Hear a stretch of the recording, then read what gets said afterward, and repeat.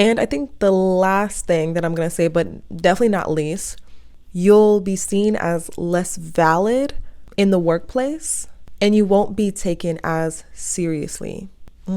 Let that sink in. Can I be honest? Can I be completely honest? I still have the same limiting belief after 3 years.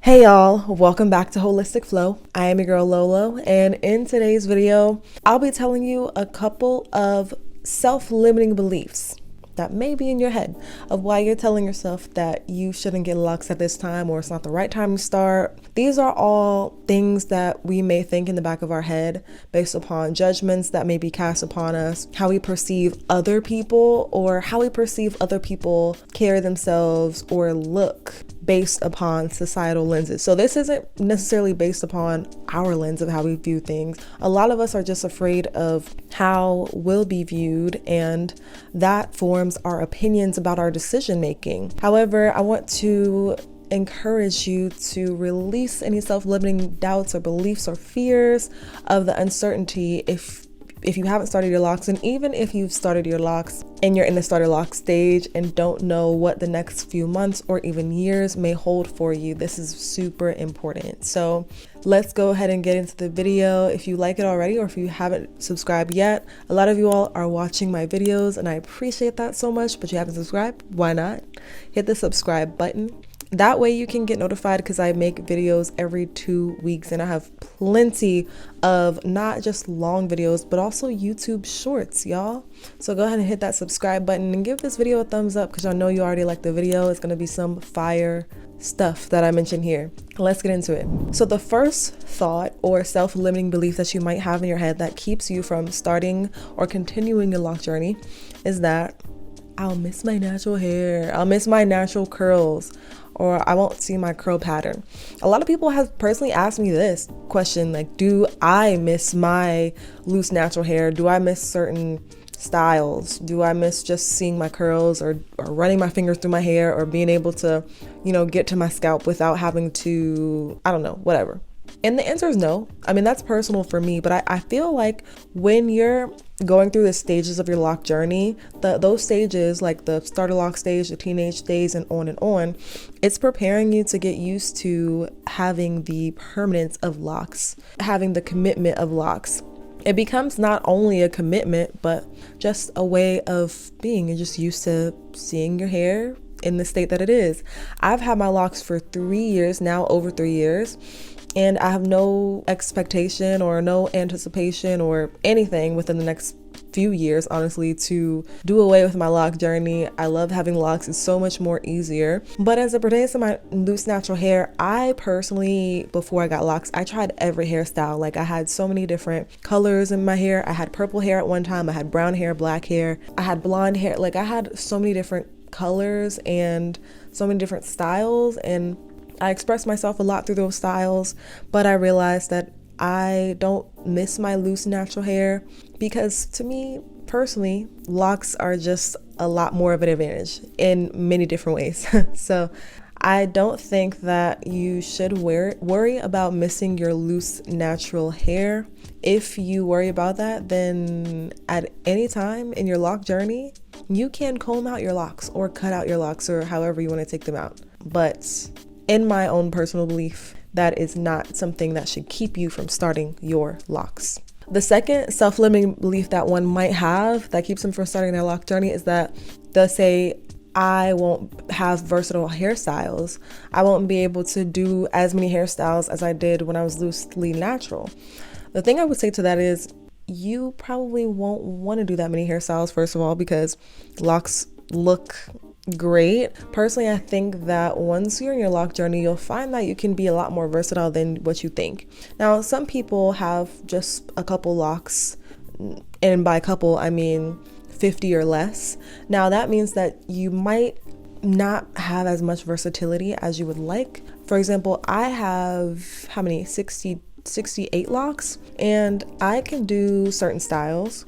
other styles might be a little bit more difficult for me to do because my locks are thick and they're not as malleable as if I had sister locks. I could probably do a lot more different styles. Say if I wanted to braid my hair on this side with one braid and then braid my hair on that side and have, ponytails. I couldn't do cornrows with my locks because they're too thick. However, I've seen someone with sister locks or even micro locks do cornrows, rows of cornrows in their hair because their locks are so thin and they have more locks that they can achieve that look. So if you're worried about versatility, at most, I would think about different ways that you can start your locks to where you'll have more versatility if that's something that you're worried about. However, I don't think that you should be worried about it because locks are versatile. You can do so many different styles, and also you can get into the world of head wraps. Hello, head wraps are great styles in and of themselves. I don't think that's something that should keep you from starting your locks or even keeping your locks. The third thing that often keeps people from starting locks is the thought that you won't be as attractive with locks or you won't be approached that much by the opposite gender or whoever you date or whoever you like. So I think that this was one of my thoughts when I first started my locks or before, because this is what is perceived in our minds, I think, when we try something new, especially for women. Now, I can't speak for men because I've never been a man. However, for women, because I've been a woman, I think a lot of women put a lot of beauty into their hair. Right, women? Can you agree? We put a lot of beauty standards in our hair because society puts a lot of beauty standards in hair. Hair is however you do your hair, it's an expression, first of all. And if I had a bad hair day, then I had a bad day in general. Back when I used to have loose natural hair, now I don't have bad hair days because I have locks. I just don't think that that's true. I think that it's the opposite. If you have locks, you will attract different people. I will say that. You'll attract, for example, ladies, instead of the men who say, "Hey, yo, ma, what's up?" You're going to get the men who say, "Hey, grand rising queens." Like you're going to get the "Hey, queens," or you know what I'm saying? Like it's going to be a little bit different. So I wouldn't say that you won't look attractive or you will be less approached by anybody. I think if anything, if having locks unattracts a certain group of people from your life, that's a blessing. That's a blessing in disguise. You didn't want to attract those people in the first place because spiritually, I just believe locks are a magnet for abundance. So that is a self-limiting belief that I feel like if you have that, you should work to see where that stemmed from in the first place and work to just abolish that because that is nonsense. Now, I think a lot of that belief comes more so from comments by your grandma, your granny.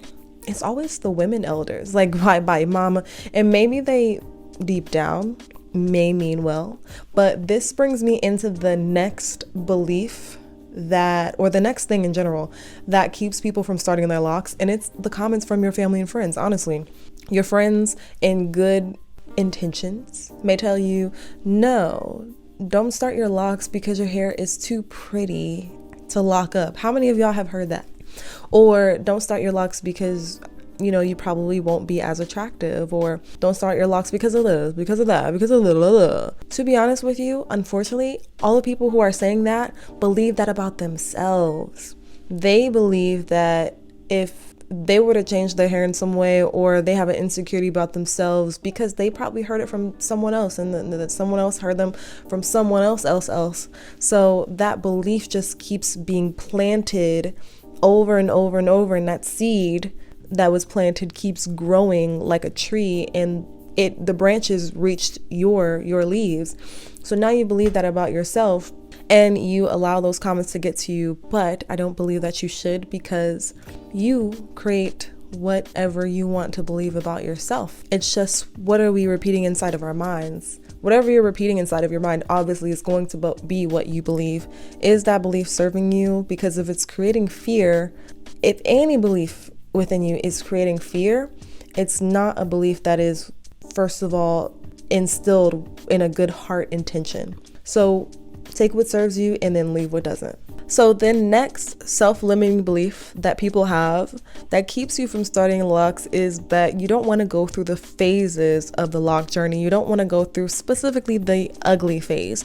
I've never called it the ugly phase in identifying it for myself, but the reason why I use that term is because that's what the lock community knows it to be, the ugly phase, and that's the words that I'm calling it because that's what other people call it. I don't think that there is an ugly phase because, again, I literally just said I don't think Locs even present you as less attractive.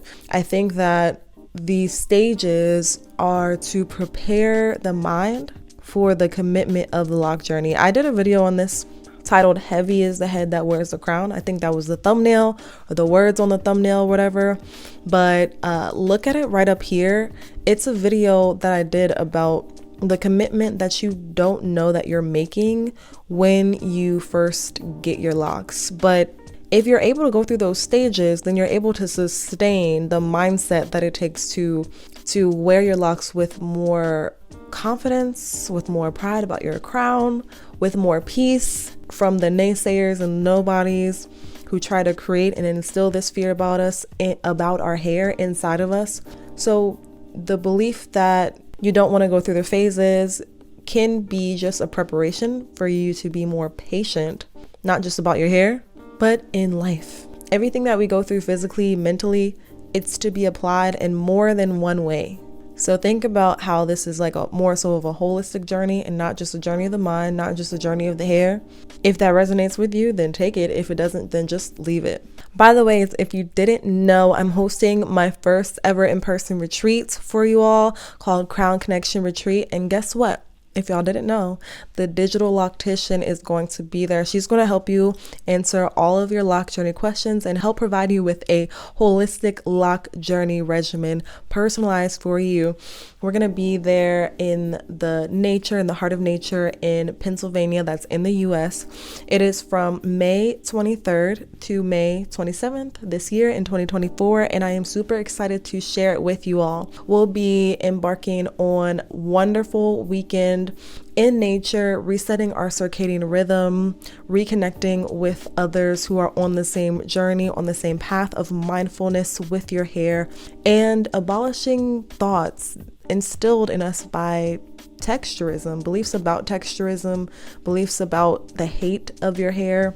What are those beliefs for you? Can you identify them so far in this video? If so, then this retreat is perfect for you. We'll also be making tinctures for your locks. You will be giving away some free lock care and maintenance tips and products for you there. So go ahead and go to my website, holisticfitmeditation.com, or click the link in that pinned comment. Also, go ahead over to Jocelyn's channel, The Digital Loctician. If you haven't seen her videos, a lot of my videos have been inspired by her lock journey and her expertise. So we hope to see you there. Go ahead and go down to the link. And also, if you haven't already, go ahead and give this video a thumbs up. Subscribe to the channel. Let's get back into the video. All right, so another thought that keeps a lot of people from starting or continuing their lock journey is that they think they'll be bored. Maybe you have never been a plain Jane and you just think that you'll be bored. Why is boredom a thing? Is it because of the lack of commitment to it? Is it, the shiny new red object syndrome where you have to try everything? If that is your case, then is it enough to keep you from the lock journey? Is that thought worth missing out on an experience or on just trying out something new because you think that you'll be bored? And maybe see where the origin of that boredom is. Again, is it commitment? Is it you don't feel like you have enough time? Most of the time, boredom is a choice, honestly. We can do so many things with boredom. Is it the versatility aspect? What is it? But I promise you, once you get locks, you'll see that the journey is a lot more about what you can do with your hair or being bored. I promise you that you'll have a lot more time on your hands to do other things, to fill that boredom space up with other things to do. So the next thing, believe it or not, that is a self-limiting belief that I feel like a lot of people have, is that they don't want to look like everyone else. So I think it's pretty fortunate that locks are there's becoming a lot more representation of locks. You know how when you get a new hairstyle or something new, it could be new clothes, new car, you then start to notice that there's so many other people who have the same thing, or it looks like the same thing. However, it's not your thing though. You have something different because it's yours. And that's the whole point. If you feel like you want to stay away from locks because maybe you do think that you'll be able to be less versatile, and because of that, you're going to look like everybody else who has locks, then that's simply not true. Why? Because you can choose for your locks to represent you personally. You can choose for them to be different. You can choose to start, instead of with comb coils, start with 2-strand twists. Even though a lot of people start with 2-strand twists and comb coils, I feel like that's the most popular way to start, both of those two.